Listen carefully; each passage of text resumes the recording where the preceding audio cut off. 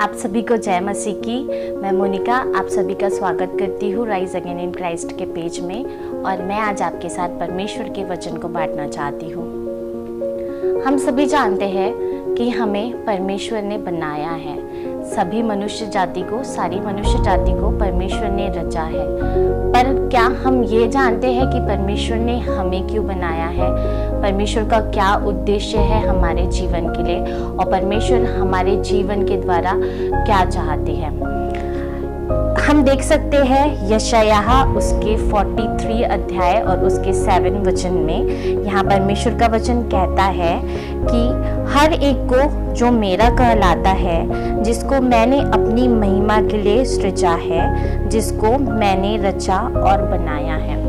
हर एक मनुष्य जाति को परमेश्वर ने अपनी महिमा के लिए सृजा है। हर एक मनुष्य को, आपको और मुझे, हम सभी को परमेश्वर ने अपनी महिमा के लिए बनाया है। हमारे जीवन के द्वारा परमेश्वर अपनी महिमा चाहते हैं।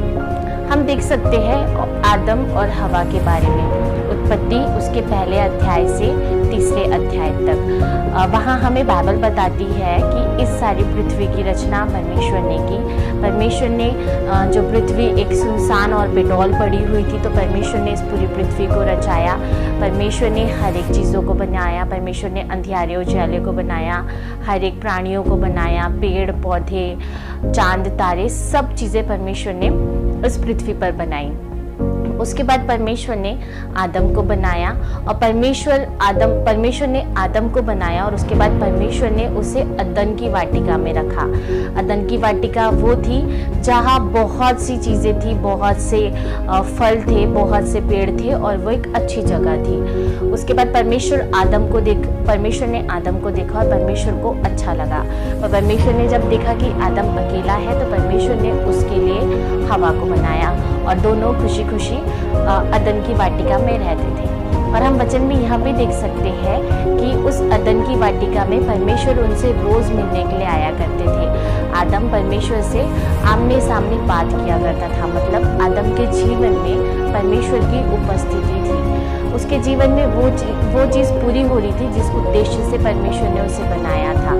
पर अचानक से एक सांप के बहकावे में आकर हवा उस फल को खा लेती है, जिसको न खाने की आज्ञा परमेश्वर ने आदम और हवा को दी थी। और उस आज्ञा उल्लंघन के द्वारा वो दोनों अपने जीवन में श्राप को लाते हैं। वो जो परमेश्वर की उपस्थिति में थे, वो परमेश्वर की उपस्थिति से दूर कर दिए जाते हैं।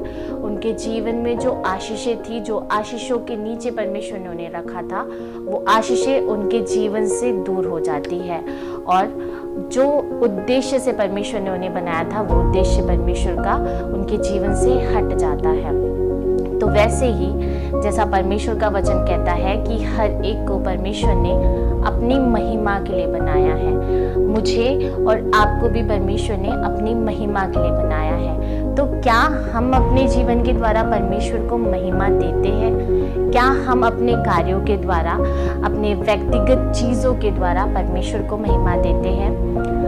बहुत से समय में हम अपने जीवन में पापों को करते हैं। जैसे आदम और हवा ने पाप किया, उन्होंने परमेश्वर की आज्ञा को तोड़ा और वह परमेश्वर की उपस्थिति से दूर हो गए। हम भी उसी चीज़ को करते हैं और हम परमेश्वर की उपस्थिति से दूर हो जाते हैं, और जो उद्देश्य परमेश्वर का हमारे जीवन के लिए है, वो हमारे जीवन से हट जाता है। तो हमें ज़रूरत है कि हम अपने जीवन में ऐसी चीज़ों को ना करें जिसके द्वारा परमेश्वर का जो उद्देश्य हमारे जीवन के द्वारा है, वो दूर हो जाए।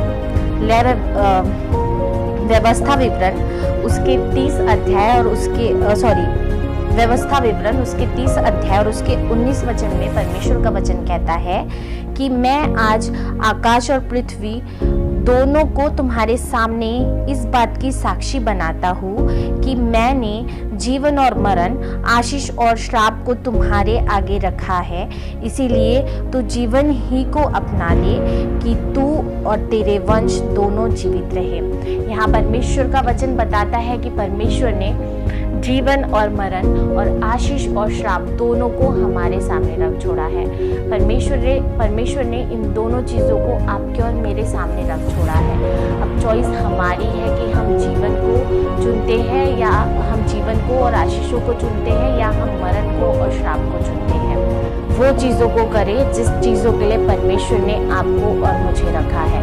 परमेश्वर ने हमें रखा है ताकि हम परमेश्वर को महिमा दें। तो अपने जीवन के द्वारा परमेश्वर को महिमा दें, और हम परमेश्वर को महिमा दे सकते हैं प्रार्थना करने के द्वारा, वचनों को पढ़ने के द्वारा, परमेश्वर के वचनों को अपने जीवन में पालन करने के द्वारा, परमेश्वर की आज्ञाओं का पालन करने के द्वारा, और अपने जीवन को ऐसा बनाएं जैसा परमेश्वर चाहता है, ताकि परमेश्वर को महिमा मिले।